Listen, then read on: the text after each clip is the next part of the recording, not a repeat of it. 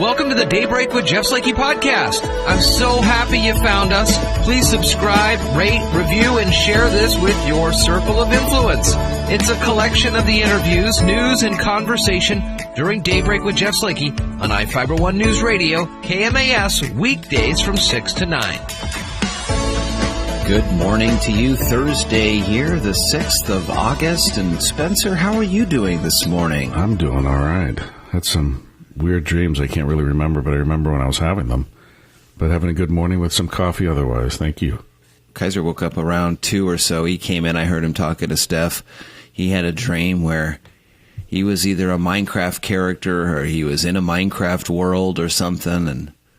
And we've been playing a lot of that lately. Actually, we could talk about that later, but it's actually become kind of a fun family event in the evenings for us to do that. But today on the show, we'll start with some local news and conversation. We'll have a COVID update for you. A little bit more on primary election results. The governor is out with his thoughts on school in the next year as well. So Chief Moody is in today as we talk Shelton Police promotions and mask compliance around the city. Since our report yesterday, Mason County Public Health was notified of 5 additional Mason County residents that tested positive for COVID-19, bringing the total to 201 positive cases in the county. Mason County Public Health is continuing contact interviews. When a positive case completes their isolation period and released by local public health, they can return to work and normal activities. There are now 0 residents hospitalized in Mason County, so that's good. 3 outside Mason County. And there are 44 active cases, down 7 from yesterday. If you're showing symptoms for COVID-19, early testing is encouraged. At the earliest signs of symptoms, please reach out to the Respiratory Illness Triage line, 360-427-3615, and they can assist you in scheduling an appointment at Mason Health's drive-through COVID-19 testing.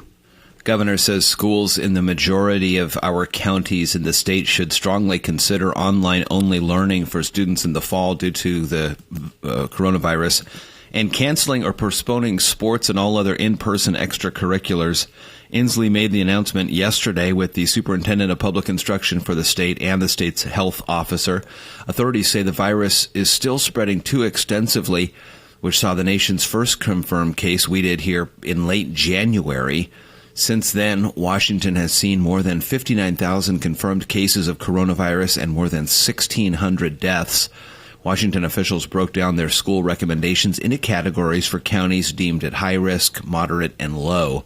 We heard word that Olympic College will continue offering mostly online instruction and services for the fall, with a few exceptions for programs classified as essential by the governor's office.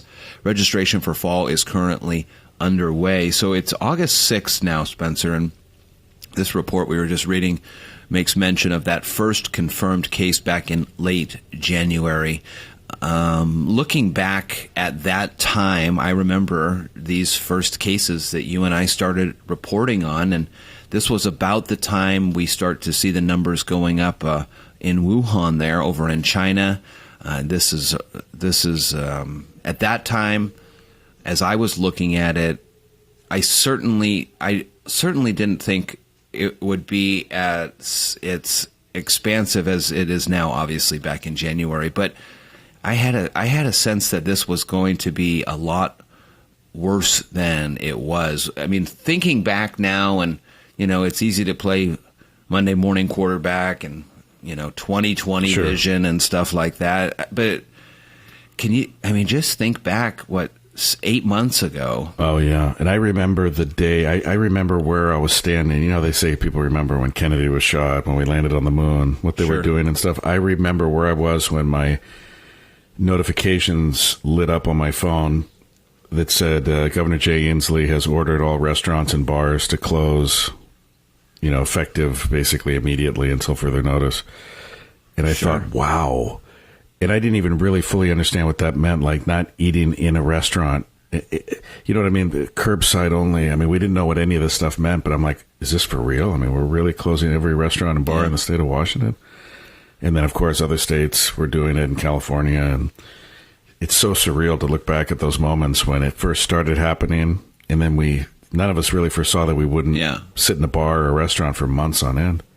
Yeah. No, I mean, I saw that it was spreading fast, but I had no thought that the extreme measures that we had to take, we would have to take. I mean, it was amazing to look back at those trend lines, and I think with those places too, a lot of folks were wondering what was taking the governor so long at that point to close things down.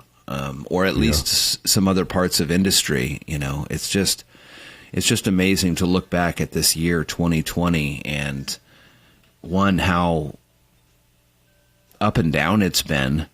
And, for a lot of folks, 2020 was supposed to be a pivotal year. Yeah. I mean, it is a pivotal year, but, you say 2020, and up until a year ago, 2020 was the future. No, absolutely. The future. And it's kind of scary with education too. Is our 18-year-old graduated as a senior in high school in California, and I felt bad the other day. I was talking to him on the phone, and I kept referencing like next year when you go to school, and he goes, "Well, I'm out of school and I'm looking at colleges," and it seems like that whole thing.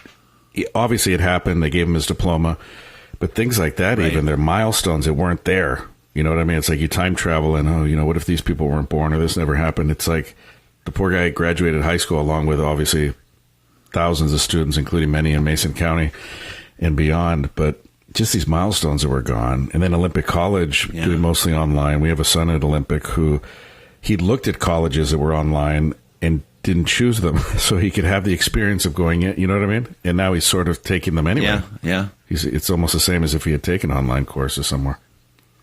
Very interesting. The governor's Well, I was just going to say there's a lot of families that are questioning the efficacy of a big university when you can do online classes, in your sweatpants from home. Yeah. Why do you need to pay those $50,000 a year to go to Harvard or something when you get a piece of paper? Who knows? All right, what's going on in the election? Yeah, the governor's race in November is set. 2 Democrats appear likely to face off in both the lieutenant governor's race and the 10th congressional district following Washington's top 2 primary. Tuesday night, incumbent Democratic Governor Jay Inslee, who is seeking to become the first incumbent elected to a third term in the state in more than 40 years, advanced to the general election, along with Republican Lauren Culp, the police chief of the small city of Republic. In the race for lieutenant governor and the race... Democratic Representative Denny Heck, who had previously announced he was retiring from Congress, also advanced to the general election and was likely to be joined by Democratic Senator Mark Elias. Another close race in Mason County is the Fire District 16 levy, which on first count, get a load of this, was passing by 1. After the second count, that number has doubled to 2. So it's passing by 2 votes. And when people say their vote doesn't matter, it matters, folks. Yes, 516. No, 514. Wow. So more ballots will be counted, and then that will be certified in a couple of weeks. We have more regional news to share with you here this morning, including the passing of a long-time, big-time Seattle disc jockey. Space Needle has reopened, and the Mariners get a win, and we'll tell you what time they play as well. That's all coming up in our regional news here on AM 1030 and FM 103.3. It's a Daybreak Show. We'll be back after this. From the iFiber One News Radio studios, you're listening to Daybreak. And again, good Thursday morning to you. The Daybreak Show rolls on as we welcome back Spencer. Spencer, how are you? Hey, I'm doing all right. How you doing? One thing about this job is that you're able to kind of, be a part of people's day-to-day lives, and they come to know and recognize your voice. And maybe you've never even met them in person or seen them in person, but you get a sense that they're there with you.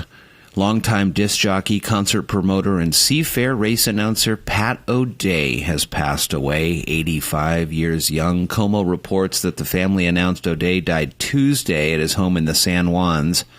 Seattle's highest-profile DJ in the 1960s and the region's dominant dance promoter, O'Day ran Northwest Rock and Roll for nearly a decade and credited with helping bring Seattle music and the music scene to national prominence. So a big impact there, Pat O'Day. Yeah, that's sad. I've lost a lot of my mentors. I wasn't in the area. Well, actually, contrary to what people think, I wasn't born in the 60s.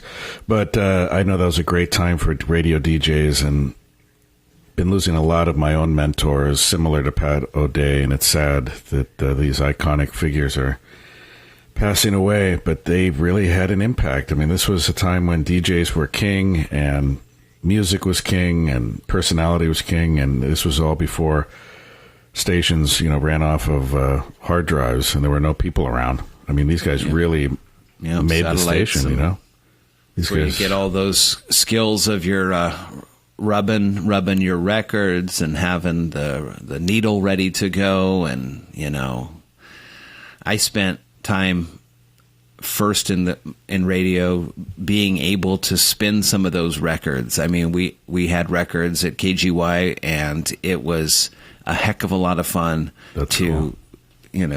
Fortunately I had record player experience, so I knew how to lift the needle and put the needle properly in the groove between the songs, or, because sometimes they were full albums I would play, and pick. Oh yeah, I need the third cut in here, and so a lot of fun. Very cool. Absolutely.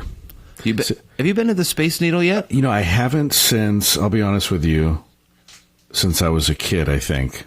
Probably because my parents got us, they paid for it, and it was probably $1 to get in back then. But the kids have been since we've lived up here, and they love it. And I want to go again. It's just, I'm not a huge fan of heights, and B, it's gotten so doggone expensive that if you take 6 people to it, you might as well fly to Europe or something, but it's gotten expensive. Sure. But Seattle Space Needle has reopened to visitors after recently completing $1 million in upgrades intended to provide a safer experience during the coronavirus pandemic. Seattle Times reported that Chief Operating and Marketing Officer Karen Olson said the skyline-defining tourist attraction, which closed back in March, has focused on air quality, sanitation, and touchless procedures. The Space Needle has installed ultraviolet lights designed to kill airborne viruses and bacteria, a fresh air circulation system in the elevators, and reverse ATM kiosks that will convert cash into cards for a more touch-free experience. New limited hours, ticket information, and details about safety measures, including social distancing, are available online. Scorching slugger Kyle Seager hit a 3-run homer. Rookie Kyle Lewis stayed hot with an RBI single, and the Mariners overcame 2 home runs by Mike Trout to beat the LA Angels 7-6. Albert Pujols remained on the 659 career home run list, one behind old Willie Mays. There's plenty of long balls otherwise. Angels got all their runs off Seattle starter Marco Gonzalez with a trio of homers. Mariners are back on the air tonight with it's a noon game here, early game, as we look at the schedule against the LA Angels in the getaway day. Noon is the pregame, and 1:10 will be the first pitch here on AM 1030 and FM 103.3. More Daybreak Show coming up here throughout the morning, more conversations to have, and more things to check up on here on Daybreak. Good morning. You're listening to Daybreak on I-Fiber News Radio. Well, good morning, everybody. Jeff Slakey and Spencer Hughes here on the Daybreak Show. It's time for us to focus on Shelton, presented by our great friends at our Community Credit Union. Shelton Police Chief Darrin Moody in studio. Hello. Good morning, Jeff. Good to see you. And it's been a while since we checked in, I think, just overall in general with police business. You've had some new hires, some promotions. Let's go through that first. Yeah, it's we want to let people know we're still on the move. We're not sitting down on any of this. And, we hired a couple of new officers, lateral officers that came to us, a young lady from the Bremerton area and a man locally that were lateral police officers. And then we did promotions. We restructured the police department in the last few months to include that instead of a chief captain, we will have chief and 2 lieutenants. And then we will have the sergeants. Okay. And so we have a level of supervision that's awesome right now in the police department. So we promoted a couple sergeants, promoted a lieutenant. Chris Kostad is now a lieutenant. It's one of the things that keeps police chiefs up at night is what's going on graveyard when I'm at home in bed and everybody's comfortable and the supervision level. And we discussed earlier, probably more than half of our department seniority-wise as less than 5 years. Wow. And so it's nice that we can add a level of supervision, some mentoring for them. So it's working out nice. So you've been with Shelton now 6 years or so, about 6 years, and you mentioned better than half are new hires. Is that something that happens a lot with police departments and turnover, or does it have to do with the size of Shelton as, and I don't want to consider it like the minor leagues, but, like a feeder police department? Absolutely. To the better? That's a very fair question, because it's true. We go to a Chiefs conference every year, and we learn that we're not a small department. There are actually departments out there with 2, 3, 4 officers across the country. But in this area, we are considered one of the smaller departments. And so, it's not unusual. We've had a couple go to other agencies. It's been a variety of things. We've had some retire, some go to other agencies, some leave police work. It just varies. We're not immune to it either. One of the people we just hired, a lateral, came from a much smaller department. So, and we just became accredited this last year. And we're up and moving with things. You'll see some of the new stuff that's gone on too. The design of the people by the people, I guess you could say, the officers. Uh-huh. We got new badges designed that reflect more of the city than just the generic badges. You'll see the police cars out with a new theme on the police cars. We found that it's cheaper to buy a car that's black than it is to buy a car that's black and white.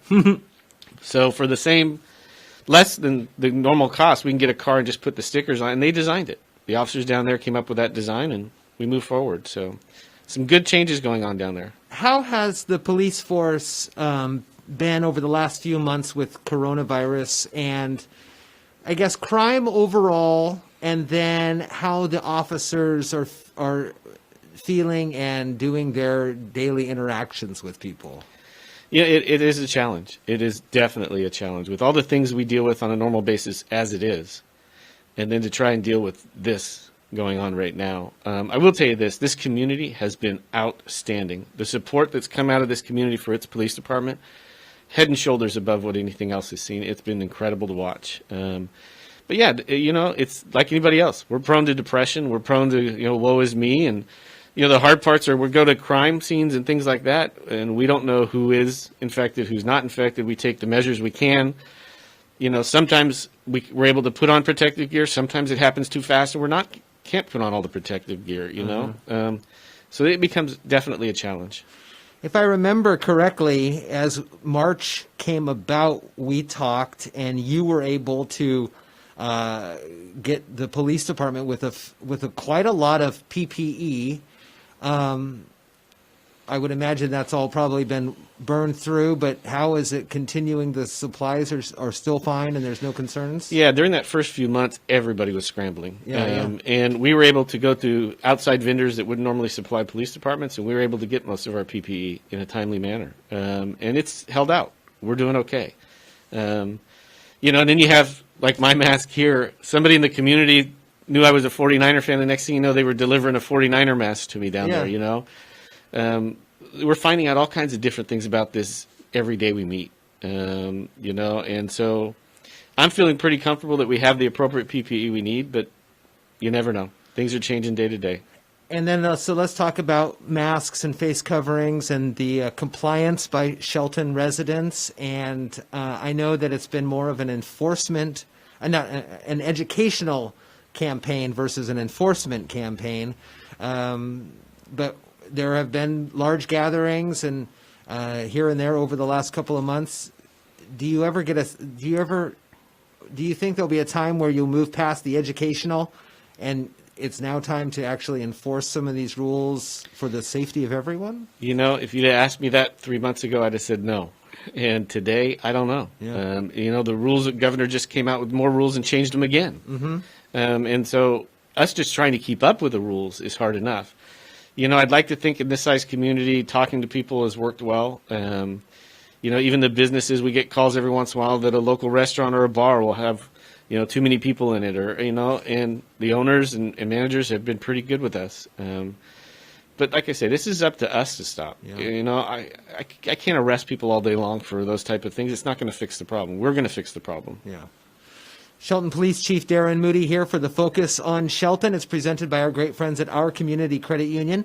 And when the police department has more great information to share, please come on by, or we'll get you on the phone, or however we need to do it. We got our second dog on the street. Oh, so good. Sooner or later, we'll get him down here when we can put the mask on the dog as well and get it down here and introduce you. That's a great idea. Thanks, Darrin. Thank you. iFiber One News Radio, 1030 KMAS and FM 103.3 presents Daybreak. Right, good morning again, everybody. It's Thursday here. Mariners on today at noon against L.A. 1:10 first pitch as they'll wrap up the three-game set. Colorado comes to town tomorrow.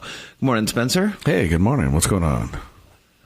Well, I know that you are a fan of the TikTok, and there's been a lot of conversations these days about whether or not TikTok is going to be around or not be around. The president has talked about perhaps trying to figure out how to ban TikTok, and then we hear that Microsoft is maybe in talks to buy TikTok because it's just so popular right now. Yeah, there's billions of videos uploaded every day on that thing. And I'm looking at a thing coming out of Facebook right now. It looks like Facebook has tried to create its own TikTok. I got a report here if I can get it for us. You interviewed somebody high up in the TikTok world just a couple weeks ago. Yeah, a few weeks ago. And I heard that Instagram, which I think is connected with Facebook now, right? Are they the same parent ownership? Maybe I saw a headline on my phone ticker saying that Instagram just introduced something that is mysteriously very similar to TikTok. So I think the competition is seeing that maybe it's in trouble, and they're smart. They're jumping in with their alternatives to it. But I don't know if it would be as successful as the actual TikTok, which I kind of downplayed and I didn't like, because there's a lot of kind of goofy things on there, but there's a lot of really cool things on it too. Well, it's called Instagram Reels, and actually ABC's Mark Remillard will talk to us a little bit right now about this new feature within Instagram. Facebook is launching Instagram Reels, a new format in Instagram that lets users create and share short-form videos and choose audio or music for them. If that sounds familiar, that's because it appears to be very similar to the format used by TikTok. Facebook's announcement of Reels comes as it was rumored that the company would create a service to compete with TikTok, and it comes as TikTok faces increased scrutiny and the possibility of being banned in the U.S. over national security concerns. Microsoft says it's in talks to possibly buy TikTok. Mark Remillard, ABC News. All right, thanks, Mark. So, I think the one thing about this is for folks who may not feel comfortable about being on TikTok, they're already on Facebook. You know, I mean, there's such a built-in audience to Facebook, and by association Instagram, that this may become very popular very fast. Oh yeah, and video really is. I never really believed it. I kind of shunned it for a while, but it's kind of the old video killed the radio star, right? Where people want to get their media via visuals. They really do, and they've shown that it's the most effective way of communicating with people. If you can communicate them with just audio or video and audio, or just even video, it really it reaches more people. More Daybreak is coming up. You can find us on Facebook at facebook.com/1030KMAS, and also online at iFiber1newsradio.com. Be back after this. Thank you so much for listening to today's Daybreak with Jeff Slakey podcast. Again, I'm so happy and honored you found us and chose to listen. Please subscribe, rate, review, and share this with your circle of influence. It's a collection of some of the interviews, news, and conversation during Daybreak with Jeff Slakey on iFiber One News Radio KMAS, weekdays from 6 to 9. Thank you so much again, and talk with you next time.